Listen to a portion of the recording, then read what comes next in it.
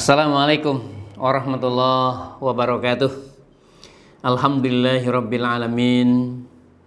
Allahumma sholli wa sallim wa barik ala Rasulillah wa ala alihi wa ashabihi ajmain. Amma ba'd.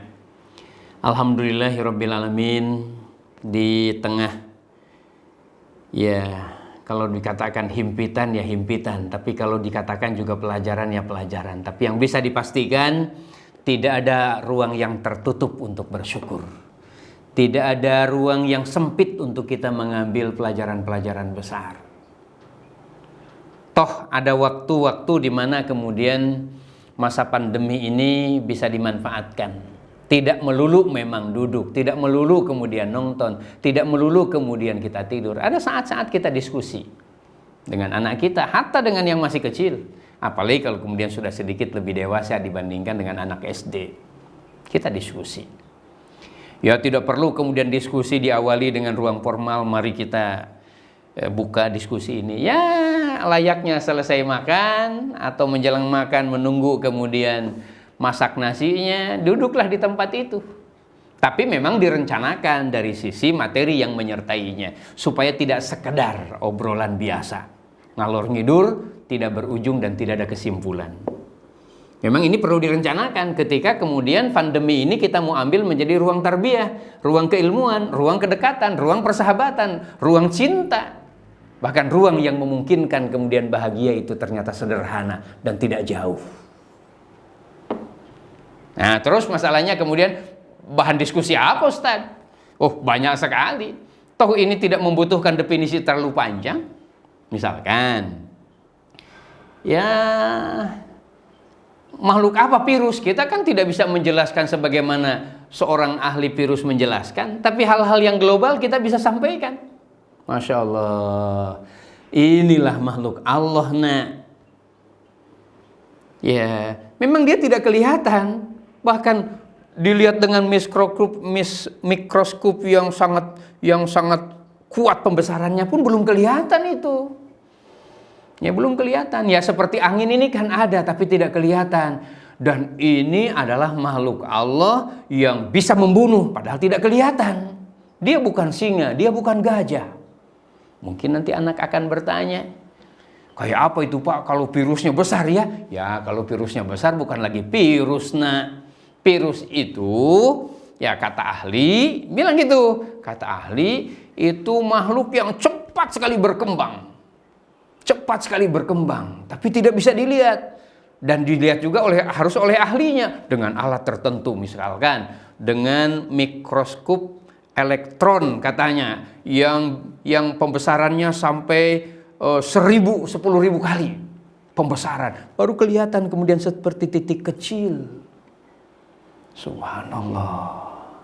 Ternyata, nah di sini kita bisa menyampaikan pesannya.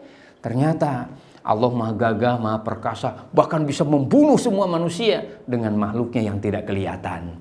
Tentu nanti dengan variasi, tapi ini contoh paling sederhana saja, bahwa materi tidak harus kemudian kita menjadi seorang doktor di ahli virus, tapi kita bisa menjelaskan tentang makhluk Allah yang tidak kelihatan.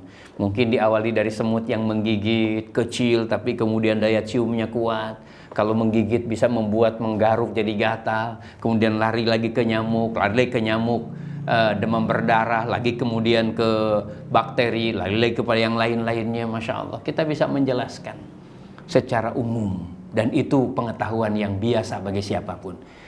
Intinya diskusi akan melahirkan kedekatan kita, dan kedekatan tidak hanya ngalor ngidur ngobrol tanpa nilai yang kita dapatkan. Kita ingin menanamkan keyakinan kepada mereka.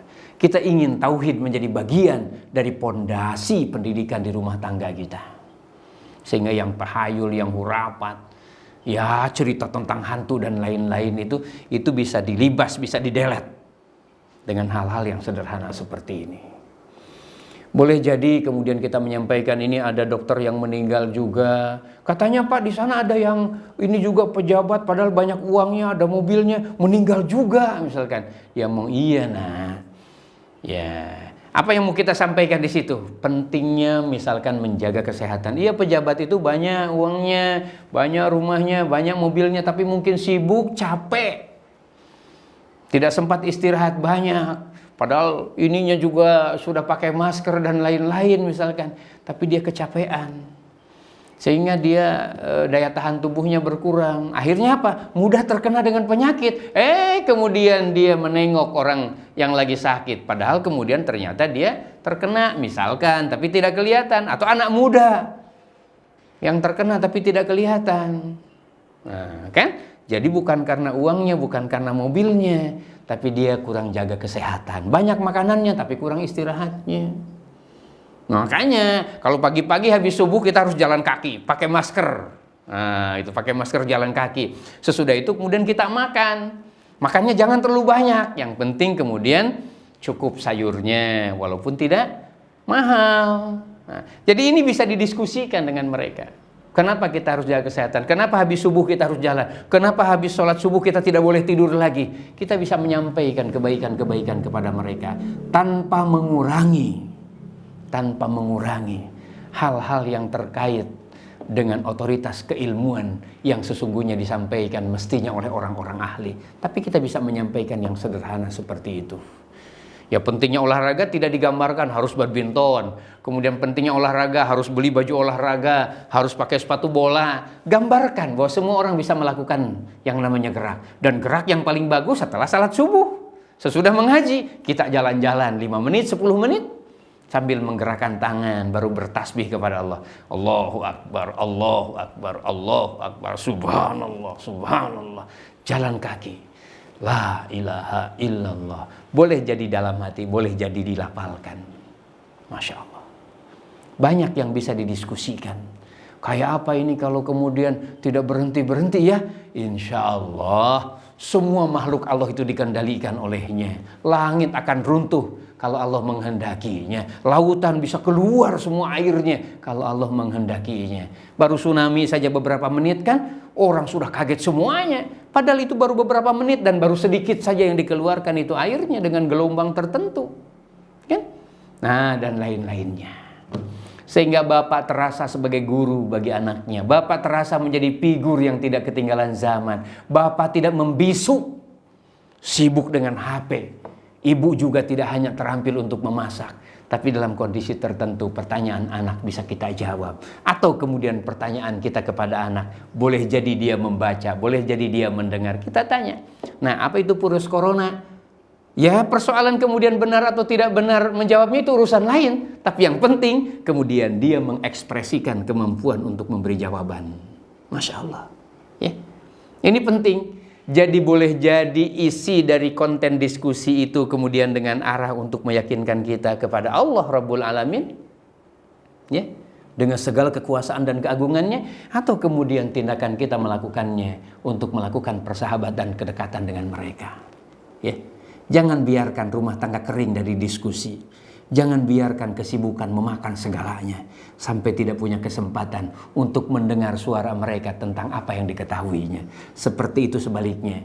Jangan sampai anak-anak hanya mendengar bentakan perintah dan larangan saja. Tidak pernah mendengar sesungguhnya Bapa adalah orang yang cukup pengetahuannya. Ya. Terima kasih sekali lagi. Hadanallahu wa iyyakum ajma'in. Assalamualaikum warahmatullahi wabarakatuh.